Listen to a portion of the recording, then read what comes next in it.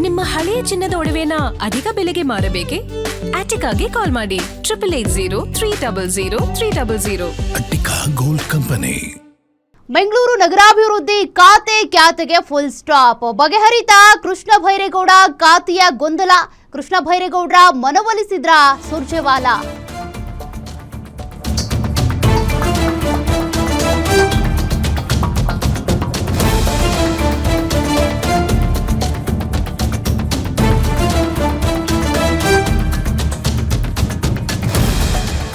ಮುನಿಸನ್ನ ಮರೆತು ಖಾತೆ ವಹಿಸಿಕೊಂಡಂತ ಸಚಿವ ಕೃಷ್ಣ ಭೈರೇಗೌಡ.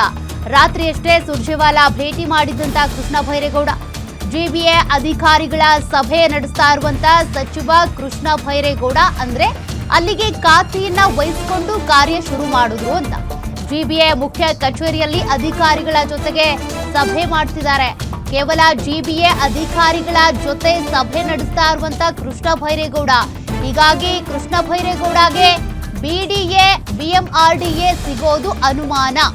ಬೆಂಗಳೂರು ನಗರಾಭಿವೃದ್ಧಿ ಪೂರ್ಣ ಇಲಾಖೆಗೆ ಬೇಡಿಕೆ ಇಟ್ಟಿದ್ರು. ಬಿಡಿಎ ಬಿಎಂಆರ್ಡಿಎನ್ನ ಬಿಟ್ಟು ಖಾತೆ ನೀಡಿದ್ದಕ್ಕೆ ಅಸಮಾಧಾನಗೊಂಡಿದ್ರು ಕೃಷ್ಣ ಭೈರೇಗೌಡ. ಹೀಗಾಗಿನೇ ದೆಹಲಿಗೆ ಹೋಗಿ ಕೂತಿದ್ರು. 3 ದಿನಗಳ ಕಾಲ ಅಲ್ಲೇ ವರಿಷ್ಠರ ಜೊತೆಗೆ ಚರ್ಚೆ ಮಾಡ್ತಾ ಇದ್ರು. ಈಗ ರೀಸೆಂಟ್ ಆಗಿ ಸುರ್ಜೇವಾಲಾ ಅವರ ಜೊತೆಗೆ ಸಭೆ ಆಗಿರೋದು, ಅವ್ರ ಜೊತೆಗೆ ಮಾತುಕತೆ ಆಗಿರೋದು. ಹಾಗಾದ್ರೆ ಅಸಮಾಧಾನಕ್ಕೆ ಮದ್ದರಿಯುವಂತ ಕೆಲಸ ಸುರ್ಜೇವಾಲಾ ಮಾಡಿದ್ರ ಅಂತ ಮತ್ತಷ್ಟು ಡೀಟೇಲ್ಸ್ ಕೊಡ್ತಾರೆ ನಮ್ಮ ಮೆಟ್ರೋ ಬ್ಯೂರೋ ಹೆಡ್ ಉಲ್ಲಾಸ್. ಕೊನೆಗೂ ಕೃಷ್ಣ ಭೈರೇಗೌಡ ಅವರ ಅಸಮಾಧಾನಕ್ಕೆ ಮದ್ದರಿದ್ರ ಹೈಕಮಾಂಡ್ನವರು?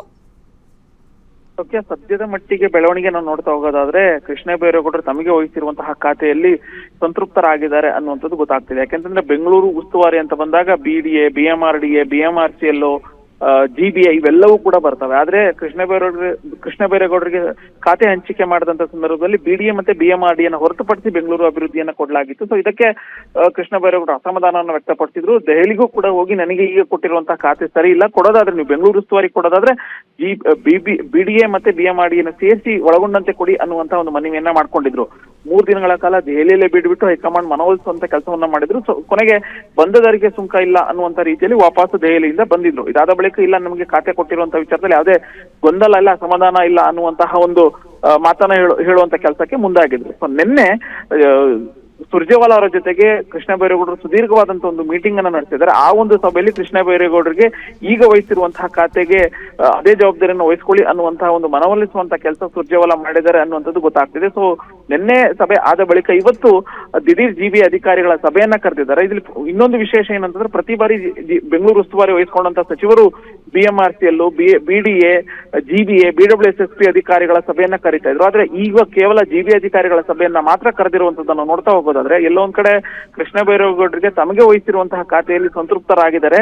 ಇದೇ ಖಾತೆಯಲ್ಲಿ ನಾವು ಮುಂದುವರಿತೀವಿ ಅನ್ನುವಂತಹ ಒಂದು ಸಂದೇಶವನ್ನ ಹೈಕಮಾಂಡ್ ಮನವೊಲಿಕೆ ಆದ ಬಳಿಕ ಒಂದು ಸಂದೇಶವನ್ನು ಕೊಡುವಂತಹ ನಿಟ್ಟಿನಲ್ಲಿ ಈ ಒಂದು ಸಭೆ ಆಯೋಜನೆ ಆಗಿದೆ ಅನ್ನುವಂಥದ್ದು ಮೇಲ್ನೋಟಕ್ಕೆ ಕಂಡು ಬರ್ತಾ ಇದೆ. ಸೌಖ್ಯ. ಓಕೆ, ಥ್ಯಾಂಕ್ ಯು ಉಲ್ಲಾಸ್ ಮಾಹಿತಿಗೆ.